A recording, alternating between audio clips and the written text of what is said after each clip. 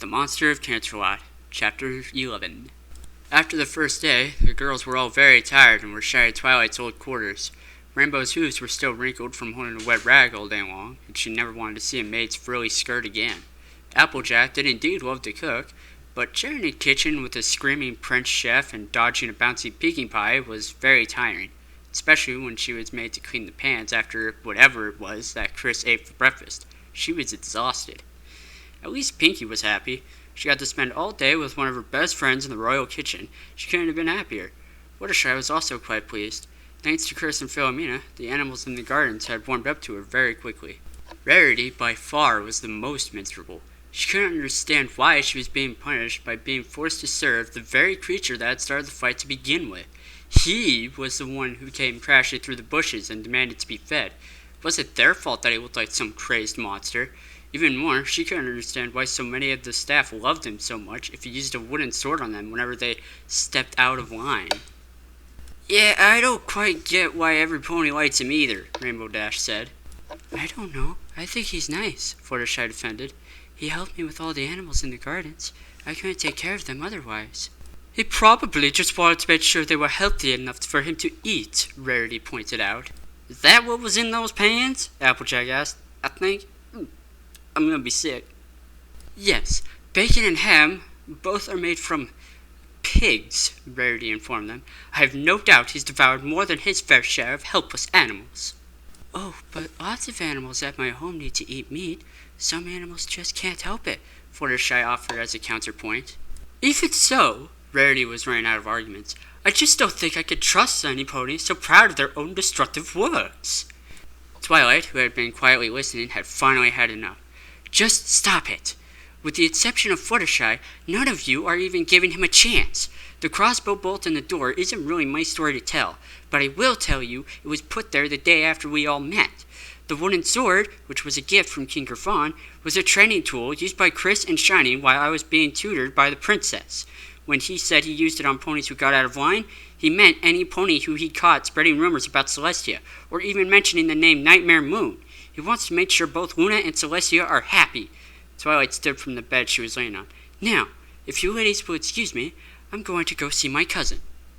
I was reading a book in my bed when I heard a knock at my door. Enter. I was a little surprised when the door was open to reveal Twilight. Can I come in? Of course, Twilight, come in. It's been far too long since we got to just hang out. Though what, may I ask, brings you here this late at night? I just couldn't stand hearing them talk about you like they were. They just don't want to take the time to get to know the real you, and it drives me crazy, says the pony who 1 year ago didn't want anything to do with other ponies. She rolled her eyes while I snickered. I stood over in the bed to make room. She took the hand and curled up next to me. Twilight, I know it must be tough on you, trying to stay loyal to both friends and family while they sit on opposite sides of the fence. I'm sorry you're being put through this. Please know, I don't blame you for anything, and I will not ask you to choose.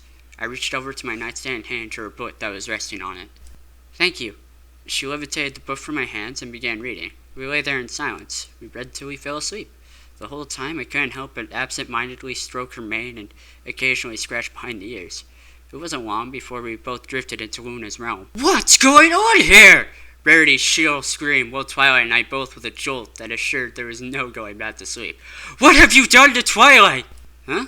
It took me a second to realize what she was talking about. No, nothing. She came in here last night and we read till we fell asleep. And that required her to be in your bed? What? It's more comfortable than the floor, Twilight pointed out. What? Rarity was stunned into silence, which suited me just fine this early in the morning. Rarity, he's my cousin.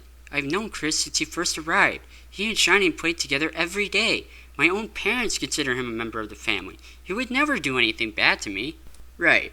I rubbed Twilight's mane. Twilight, why don't you take the washroom first? I can wait. She thanked me and trotted off to take care of her morning duties.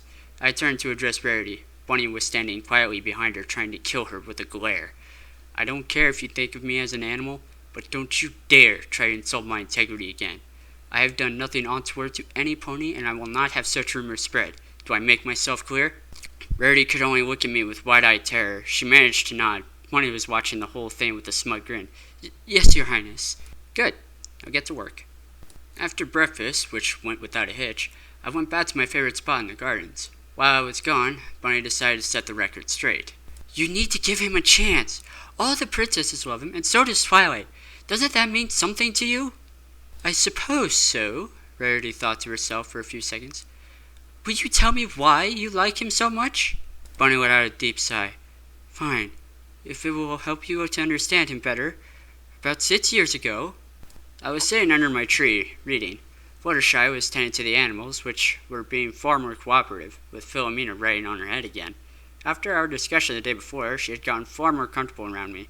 Maybe, with some patience and luck, I could have another friend outside the palace. Suddenly, I got the sense that some pony was sitting beside me. I turned my head and totally didn't scream like a little filly. Pinky, what the heck are you doing? I asked once I calmed down. I was kicked out of the kitchen by your chef. She thrusted a cupcake in my face. I took it from her hoof. What's this for? Fluttershy says you're a good stallion. This is my way of being sure. How did this cupcake make you feel? Okay. I opened my mouth to take a bite, but she stopped me. No. Not how does it taste. How does it make you feel? I closed my mouth, and after a couple seconds of confusion, I took a deep sniff of the baked good. Smells good. So, you want my honest opinion, right? And not just my analysis? She nodded her head furiously. I swear I heard something rattle in there. I sniffed again. Honestly, it makes me happy. Mom always smells like cake frosting because of all the cake she eats. Every time I would be sad or scared or crying myself to sleep, she would be there for me. She would wrap me up in those big wings of hers and hold me close to her until I felt better. Every time I smell frosting, it makes me feel a little bit safer and a little happier. Pinky surprised me again by hugging me. I even heard her sniff a little. You are a good stallion. Any pony who likes cupcakes that much can't be all bad. I'm sorry I fought you, and I'm really sorry about the party bomb. Thank you, Pinky. Can I eat this now? I lifted a surprisingly empty hand. Eat what? She asked while licking frosting off her lips. Then we both laughed. Make that 2 possible friends. So what? Pinky brings you a cupcake and she's forgiven? Rainbow Dash's scratchy voice called from overhead. Not exactly, but it couldn't hurt, I joked. Pinky thought it was funny. Dash didn't. I'm not a bad guy, Rainbow, and if you gave me a chance, you might figure that out. She drifted down to the ground with a seriously sour look on her face. You know what? How about this? I give you and every pony else 1 chance to get out of this punishment. How? A race. Pure and simple. Ha! Anytime, any place, anywhere. What kind of race did you have in mind? The hedge maze. First one to the other side wins. If I win, you keep washing windows in your pretty little maid outfit. If you win, you'll all be back home by dinner time. I'll even let you all use the royal chariot. What do you think? I don't know. You probably know this maze backwards and forwards. And you're the fastest pony in all of Equestria. I'll even let you use Applejack and Rarity too. That way, you'll have 3 times the chance of picking the right path. What's the catch? No catch. Just I can't fly or use magic, so neither can you. She looked at me sideways for a little bit, then came to a conclusion. Deal! We shook and she flew off to get her teammates. So let me get this straight. We beat you through this here maze and we get to go home? Applejack asked with some subtle disbelief. That's right. First to the other side wins, I told her. Only no flying and no magic. A nice level playing field. I walked to the front of the maze. So, if you agree, then all you have to do is step forward, choose your path, and gallop for the finish.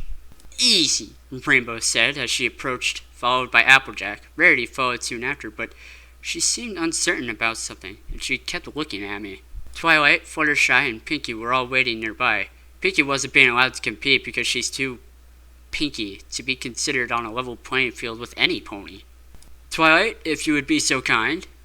Twilight began to count down. We all took our places and got ready to run. As soon as Twilight called go, the 3 mares took off down separate paths through the maze. I didn't. Ladies, care to join me? Casually, I stood and walked around the maze to the other side. An hour later, Applejack came out at the end of the maze, tired and out of breath. Hey, you made it, I said without even looking. I was in the middle of giving Pinky a massage.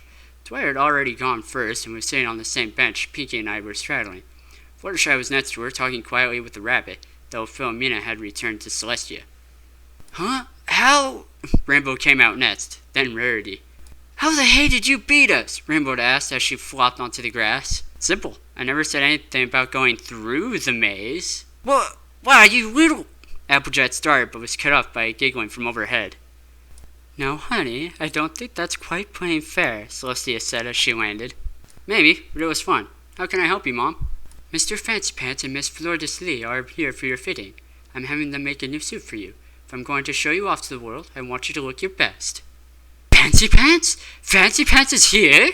Rarity was clearly shocked. "Great! It's been too long since I last got to talk to them." I stood up and excused myself before sending the girls back to work.